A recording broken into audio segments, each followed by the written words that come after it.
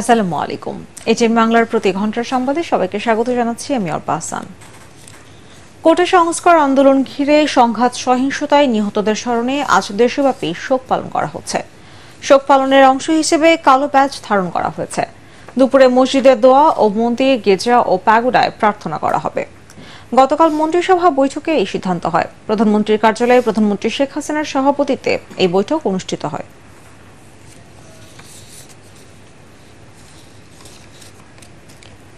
দেশে প্রবাসী আয় বা রেমিটেন্স আসা উল্লেখযোগ্যভাবে কমে গেছে। শিক্ষার্থীদের কোটা আন্দোলনের সহিংসতার পর গেল সপ্তাহে রেমিটেন্স এসেছে মাত্র 13 কোটি 80 লাখ ডলার, যার রেকর্ড পরিমাণ কম। বাংলাদেশ ব্যাংকের হিসেবে এ মাসের 27 দিনে রেমিটেন্স এসেছে 156 কোটি 74 লাখ ডলার, যা আগের মাসের তুলনায় প্রায় অর্ধেক। 19 থেকে 23 জুলাই সরকারি ছুটি ও সাধারণ ছুটির কারণে ব্যাংক বন্ধ ছিল। এছাড়া টানা 5 দিন ব্রডব্যান্ড ইন্টারনেট এবং 10 দিন মোবাইলে ইন্টারনেট সেবা ছিল না। তাই রেমিটেন্সে বড় ধাক্কা এসেছে বলে মনে করছে বাংলাদেশ ব্যাংক। আয় কমে যাওয়ায় শীর্ষ ব্যাংকগুলোর ব্যবস্থাপনা পরিচালকদের ডেকে রেমিটেন্স বাড়াতে তাগিদ দেওয়া হয়েছে।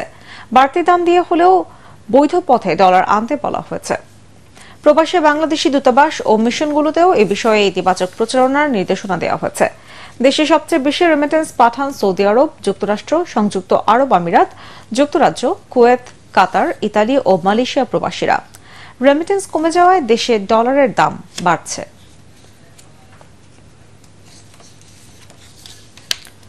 বাংলাদেশে কোটা রাজধানী ঢাকা সহ দেশের 10টি অঞ্চলের উপর দিয়ে সর্বোচ্চ 7 কিলোমিটার বেগে ঝড় বয়ে যেতে পারে বলে আভাস দিয়েছে আবহাওয়া অধিদপ্তর। আজ দুপুর 8টা পর্যন্ত দেশের অভ্যন্তরীণ নদী বন্দরের জন্য আবহাওয়ার পূর্বাভাসে এই তথ্য জানানো হয়েছে। এতে বলা হয়েছে, যশোর, খুলনা, ঢাকা, ফরিদপুর, বরিশাল, পটুয়াখালী, নোয়াখালী, কুমিল্লা, চট্টগ্রাম এবং কক্সবাজার অঞ্চলের উপর দিয়ে দক্ষিণ দক্ষিণ পূর্ব দিক থেকে ঘন্টায় 45 থেকে 60 কিলোমিটার বেগে অস্থায়ী দমকা বা ঝোড়ো হাওয়া সহ বৃষ্টি বা বজ্রবৃষ্টি হতে পারে। এসব এলাকার নদীবন্দরকে 1 নম্বর সতর্ক সংকেত দেখাতে বলা হয়েছে।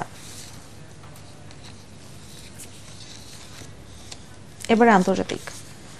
শ্রীলঙ্কার ইতিহাসে সবচেয়ে ভয়াবহ অর্থনৈতিক সংকট সামনে নেওয়া প্রেসিডেন্ট রনিল বিক্রমাসিংহে বড় ধরনের রাজনৈতিক চ্যালেঞ্জের মুখে পড়েছেন। রনিল বিক্রমাসিংহে যে রাজনৈতিক দলের সমর্থনের উপর ভর দিয়ে ক্ষমতায় রয়েছেন, সেই শ্রীলঙ্কা পদুজনা পেরুমনা এসএলপিপি আসন্ন প্রেসিডেন্ট নির্বাচনে তাকে সমর্থন দিতে অস্বীকার করেছে। এসএলপিপির মহাসচিব সালাগা কারিয়াওয়াসাম দলের সর্বোচ্চ ফোরাম পলিট ব্যুরোর বৈঠক শেষে একথা জানিয়েছেন। তবে এই নিয়ে রনিল বিক্রমাসিংহে এখনো কোনো মন্তব্য করেনি। ধারণা করা হচ্ছে অন্য কোনো ছোট দলের সমর্থন নিয়ে তিনি প্রেসিডেন্ট নির্বাচন করবেন। নজিরবিহীন ভয়াবহ অর্থনৈতিক সংকট সামনে নেয় বিশ্বব্যাপী তার নেতৃত্বের প্রশংসা করা হয়। শ্রীলঙ্কার জনগণও তার উপরে বেশ খুশি। আগামী 21 সেপ্টেম্বর শ্রীলঙ্কার প্রেসিডেন্ট নির্বাচন অনুষ্ঠিত হবে। এবারে খেলার খবর। টানা দ্বিতীয় দিন প্যারিস অলিম্পিকে পদক তালিকার শীর্ষস্থান ধরে রাখল জাপান। পদকের লড়াইয়ের তৃতীয় দিনে দুটি সহ মোট 6টি সোনা জিতেছে এশিয়ার দেশটি। জিমন্যাস্টিক্সে ছেলেদের দলীয় প্রতিযোগিতায় সোনা জিতেছে তারা। তুমুল প্রতিদ্বন্দ্বিতার পর চীনকে পেছনে ফেলে প্রথম হয়েছে জাপান। অন্যদিকে মোট পদক সংখ্যায় যুক্তরাষ্ট্র আছে ওপরে। এখন পর্যন্ত 3টি সোনা সহ মোট 20টি পদক জিতেছে তারা। এছাড়া দ্বিতীয় সর্বোচ্চ 5টি করে সোনা জিতেছে ফ্রান্স, চীন, অস্ট্রেলিয়া ও দক্ষিণ কোরিয়া। পরবর্তী সংবাদ দেখার আমন্ত্রণ জানিয়ে এখনকার মতো শেষ করছি। এটিএন বাংলার সংবাদ ইউটিউবে দেখতে ব্রাউজ করুন youtube/এটিএন বাংলা নিউজ। ধন্যবাদ সবাইকে।